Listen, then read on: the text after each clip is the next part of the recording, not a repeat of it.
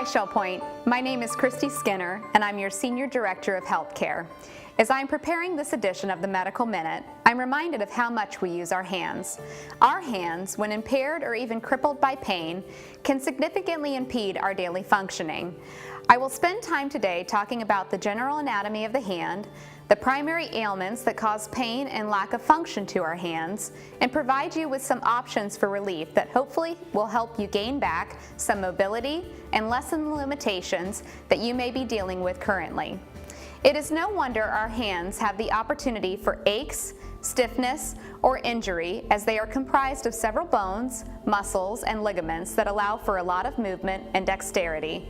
The three major components of the hands are phalanges, which are the 14 bones in each finger in each hand. Each finger has 3 phalanges, the distal, middle, and proximal, and the thumb only has 2. Metacarpal bones, the 5 bones that make up the middle part of the hand. Carpal bones, the 8 bones that create the wrist. These bones connect the 2 bones of the arm, the ulnar bone and the radius bone.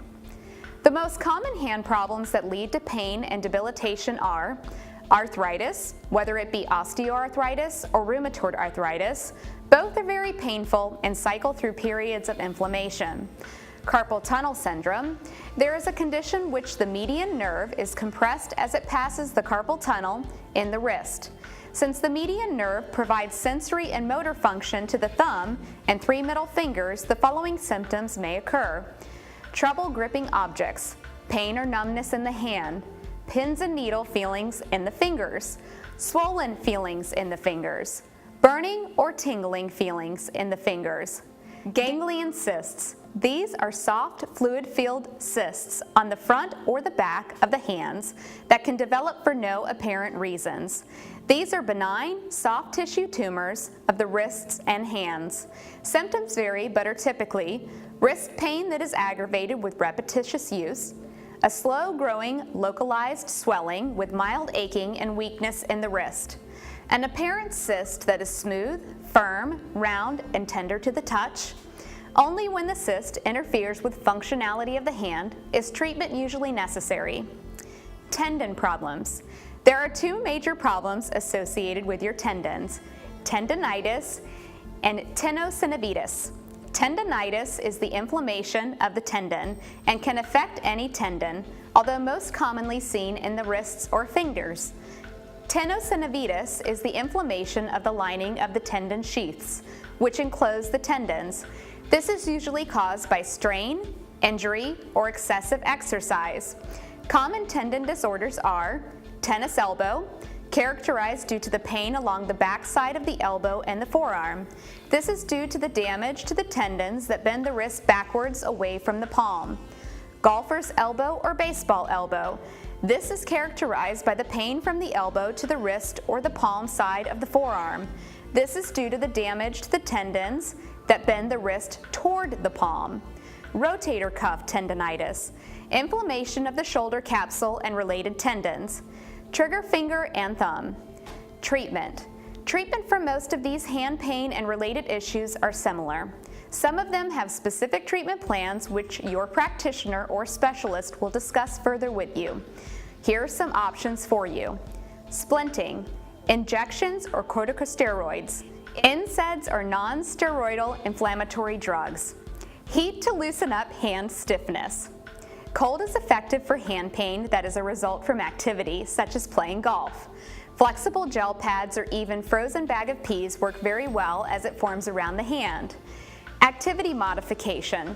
Sometimes less activity or period of rest from overuse or stimulation, or sometimes this means get active to reduce rigidity in joints. Surgical interventions are sometimes suggested and appropriate. Finally, stretching, hand exercise, and therapeutic hand massages. Try these with the assistance of a therapeutic handball. An occupational therapist or physical therapist can assist with proper techniques and options for differing modalities that will offer relief for specific hand pain. But here are a few exercises you can try. Grip strength, squeeze and release. Finger press and compression with each finger alternating. Hold the ball in the palm of your hand.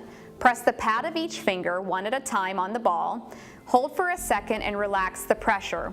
Roll your finger along the ball slowly so the tip of your finger is on the ball.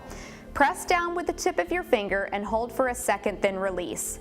Repeat 3 to 5 times, switching to the next finger and even your thumb. Switch your hands and repeat. Finger rinse to relieve your joint swelling. Sit in front of a table, shoulders completely relaxed. Place your left hand on the table, palm down. Use your right hand to rub a soft ball over the top of your hand and in between each finger of the left hand in one direction, from the knuckle to the nail. Repeat on the other hand. One other alternative is to soak your hand in Epsom salt, and while you are doing this, try some easy range of motion exercises like opening and closing your hand or fingertip touches. Don't let the relief of the warm water make you overconfident, and go slow. You will feel sore if you overdo it. I hope you have found this episode helpful, and I'm always available to you for suggestions and concerns.